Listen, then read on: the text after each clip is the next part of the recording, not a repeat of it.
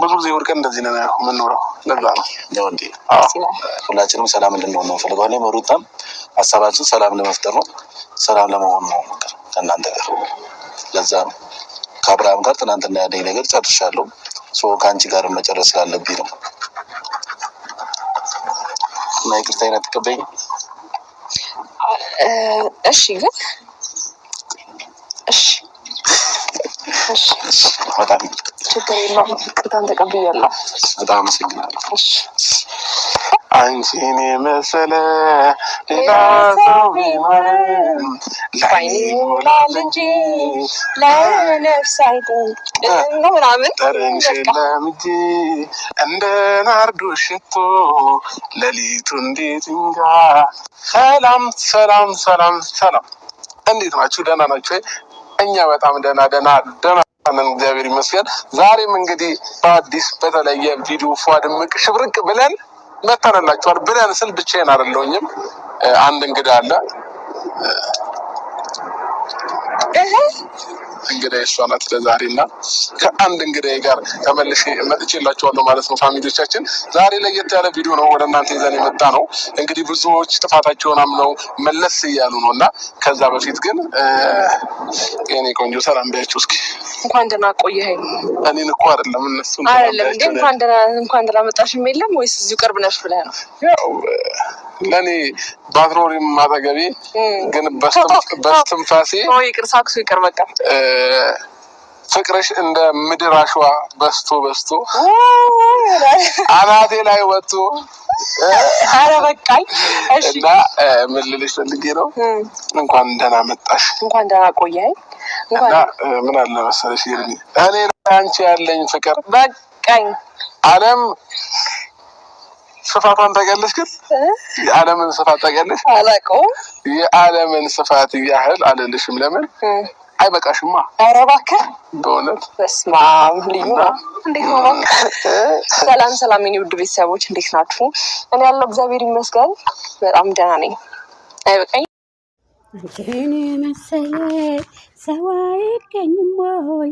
ሰው አይገኝም ወይ? ሄርሜልዬ ቆንጆ የኔ ዓለም አንቺዬ ነይና ዋርካው ስር ቁጭ ብለን እናውራ።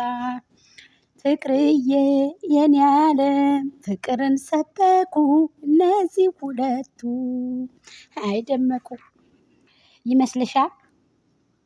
ማን አምኖሽ ነው እንጂ ሺህ ጊዜ ብትደረድሪ። እኔ ግን ሰሚ የመጨረሻ እምነትሽ እንዳይጠፋብሽ ፈራውኝ። መቼም ከጉታጀራ ጤፍ በወንፊት ከጉታጀራ ይዘሽ አዲስ አበባ አትገቢም የምትበይው አይደለ? ልክ እንደዛ ነው። እምነትሽን ያጠፋብሻል ይሄ ውሸት። ስለዚህ ታይ፣ የማታምኒበትን ነገር አታድርጊ። አንድም ቀን አንቺ እውነትን ሰርተሽ አታውቂም። አሁን ላይ ተደምሰሻል እህትዬ፣ ጀለስዬ ተደምሰሻል። እሜት የደመቁ ተደምሰሻል። ሸልዬ የኔ እናት።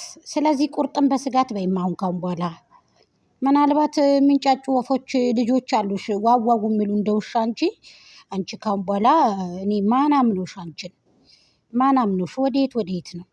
በስንት ጊዜ ወረፋ ደረሳት እናንተ። ተቀጥቅጣ በስንት ጊዜ። አንዳንድ ጊዜ በቻናሏ ልቀቁላታው፣ ቻናሏ እንዳይሞትባት ነገሩ። ብርዬ እስቲና ቢላል እናያቸው። ለማንኛውም ነው ማለት አብርሽና ኤርሚ፣ አብርሽ የኔ ወንድም ነው፣ ኤርሚ ደግሞ ያንቺ ልጅ።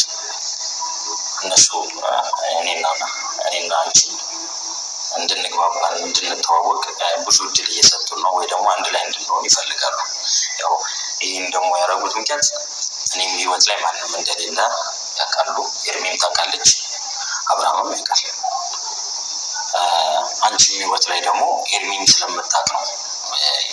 ያቢላም እንግዲህ ፍራንክ ነው። ደመቁ ማንም አያምንሽም።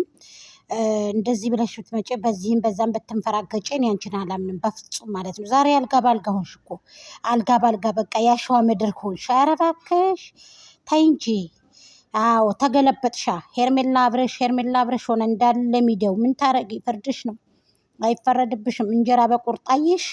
ከኔ በላይ ተናጋሪ ማንም የለም፣ ከኔ በላይ ያራዳ የለም፣ ከኔ በላይ ቆንጆ የለም ስትያይሽ ተገለበጥሽ። አላወቅሽበትም። አዳዲስ ወደንስ ስላስፈለገሽ ነው እንደዚህ የሆንሽው። ገባሽ? የድሮዎቹን ወደንሶችሽን በከልጅ መታሻቸው። መስዋዕትነት የከፈሉትን እጃቸውን ሰብሰብ ሲያረጉብሽ አዳዲስ ወደንሶችን ደግሞ ዛሬ ለመፍጠር ፈልገሽ መብላት ፈልገሽ እኛም እናውቃለን። የኔ እናት ሞኝ እንዳንመስልሽ። በተለይ የአረብ ሀገር ሴቶች አሁን ላይ መቀስ ሆነዋል። እንዴት ተብሎ ገንዘብ እንደሚመጣ እንዴት ተብሎ ብር እንደሚመጣ ስላወቁት የኔ እናት ለአንቺ የሚሰጡትን ገንዘብ ለእናታቸው የቡና ያደርጉታል። ሞኝ እንዳንመስላችሁ የአረብ ሀገር ሴቶች። እንደ ሻማ ቀልጠን ታመን ጉልበታችንን እግራችን አብጦ ነው የምንሰራው። የሰው ቤት አሰልችቶናል። ስማችንም መጠራት ሰልችቶናል። እውነት እንዳይመስልሽ እኛም አውቀናል። ጉድጓድ ምሰናል የሚባል ነገር አለ የኔ እናት። ከአንዱ ዛፍ ትዘላለች ጦጣ። ምን ነው ተሳስታ እኛ ቤት ብትገባ አለሽ ዶክተር አብይ። አብይ አህመድ ነገረሽ እኮ በፊት ስልጠና ላይ ሲመጣ ማለት ነው። ስለዚህ ሞኝ አቱኒ ጅል አቱኒ። እሺ እኛም አውቀናል የኔ እናት። ስለዚህ አሁን ደግሞ የበለጠ ጫና ለማምጣት ፈልገሽ ከሆነ አላቅም እንጂ አንቺ መቼ ነው የሸዋ ነገሩ? በቤትሽ ነው። ያው ክብር ጥሩ ነው በቤትሽ አንዳንድ ጊዜ እንጂ ማንም ላይ አታላግጭም። እናትዬ ግን ወረፋ ደረሰሽ፣ እንኳን ወረፋ ደረሰሽ። ኤፍሬም ያንተ ነገር ኤፍሬማቸው ነገሩን ታበላሻሽና መልሰ ደግሞ ያሸዋ ምድር ትሆናል።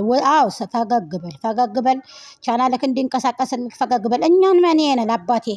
ልፋትን አታቁ፣ መሰደብን አታቁ፣ መንቋሸሽን አታቁ፣ የሰው ቤት እንዴት ድካም እንደሆነ አታቁ። ከልብስም ከሁሉም ተሰበሰቡብሽ፣ ከሁሉም እጃቸውን አነሱብሽ ልጆችሽ።